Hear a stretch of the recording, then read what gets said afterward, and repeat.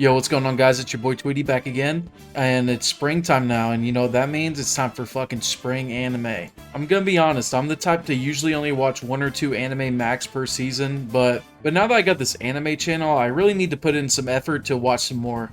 Now, when I'm trying to judge if I like an anime or not, I'll give it about 5 or 6 episodes before I decide if I enjoy and want to continue. 5 or 6 might seem like a lot, but honestly, at around 25 minutes an episode, I think that's a pretty fair amount, especially with a lot of anime having tons of world building or characters with a lot of depth.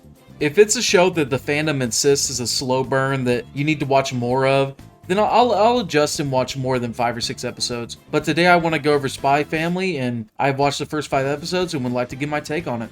Now, I want to go on a little discussion detour and talk about manga. So ever since I saw volumes of My Hero Academia at my local Walmart around this time last year, I've been pretty into the idea of collecting manga. Now, I say the idea because this shit is expensive. I have about 60-ish volumes of random series I like, and the idea of collecting at a steady pace is tough for me. I didn't grow up with much money, so whenever I spend money on non-essential things, I have a bit of dread and regret.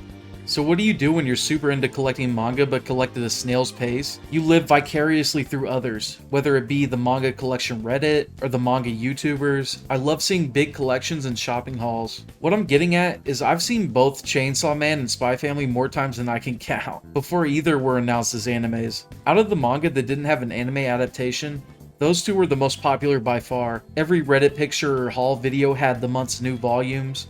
Almost every collection had those two completed. Pretty much without having read Spy Family myself, I knew that Spy Family would have massive hype surrounding it. I knew that it would be the most popular anime that season that it comes out. I mean, unless it came out the same season as Chainsaw Man. With all that being said, is it that good? Does it deserve the hype and praise that it gets? Episode 1 starts off with a car crash and a meeting about an assassination. They talk about using the best agent they have, before it cuts to our main character, Twilight, an incredibly talented spy and a master of disguise. The music in this first scene and the anime in general is great. Really gives you that spy vibe. The animation is stellar too, with the amazing Studio Wit and Cloverworks being credited. So we have our spy, which was advertised in the title, but where's the family?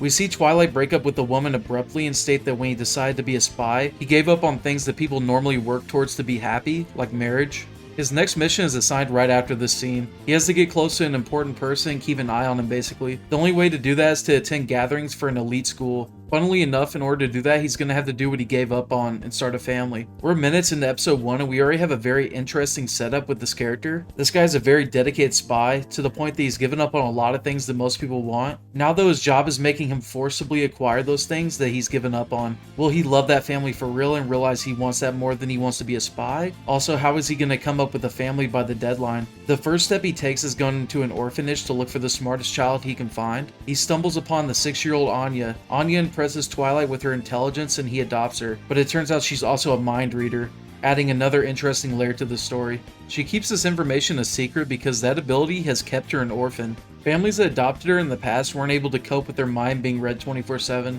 This is especially important with her new father, since he obviously doesn't want her to know about him being an elite spy. The rest of this episode involves Twilight getting ambushed by a group of enemies that found out his new location. They capture Anya, and after Twilight rescues her using a disguise, he decides to give her up. He reveals that she reminds him of him as a kid and he doesn't want to put her in danger. He also reveals that he became a spy in the first place to create a world where children won't cry. Really made me interested in seeing more of Twilight's backstory. With Anya being a mind reader and wanting to stay with Twilight, she ignores him trying to get rid of her and ambushes him once he's out of his disguise. Since he can't reveal that he was in that disguise earlier and took out those guys, he goes along with it and keeps Anya. So we got the elite spy with a good heart and mysterious backstory, and the mind-reading orphan trying to keep her abilities a secret. Now all we need is the wife. The show makes it pretty obvious who this is in the next episode when we see her a lot in the opening and in the first scene. Of course, with Spy Family being Spy Family, this character named Yor ends up being an elite level assassin. The way Twilight and Yor get together for the first time is actually pretty hilarious. They're both too nervous and hesitant to make a move, but Anya reads their minds and just starts chanting that she wants a mama.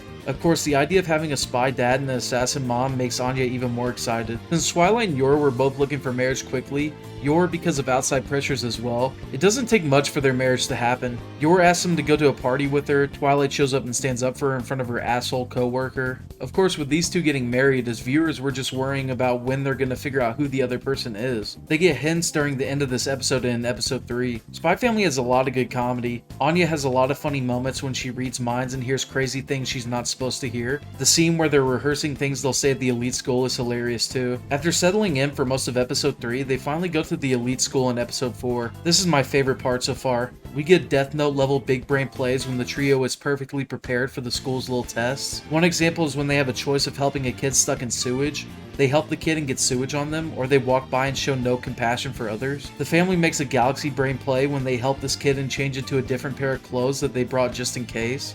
Hilariously, their clothes get messed up again and they have another set of clothes, leaving one of the housemasters speechless.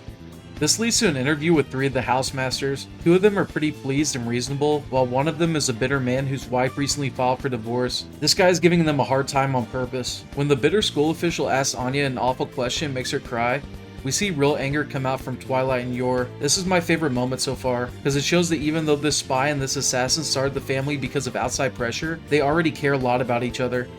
Twilight nearly hits the guy before redirecting his punch at a bug. We still get what we want though when the older official lays out the asshole at the end of the episode after they leave.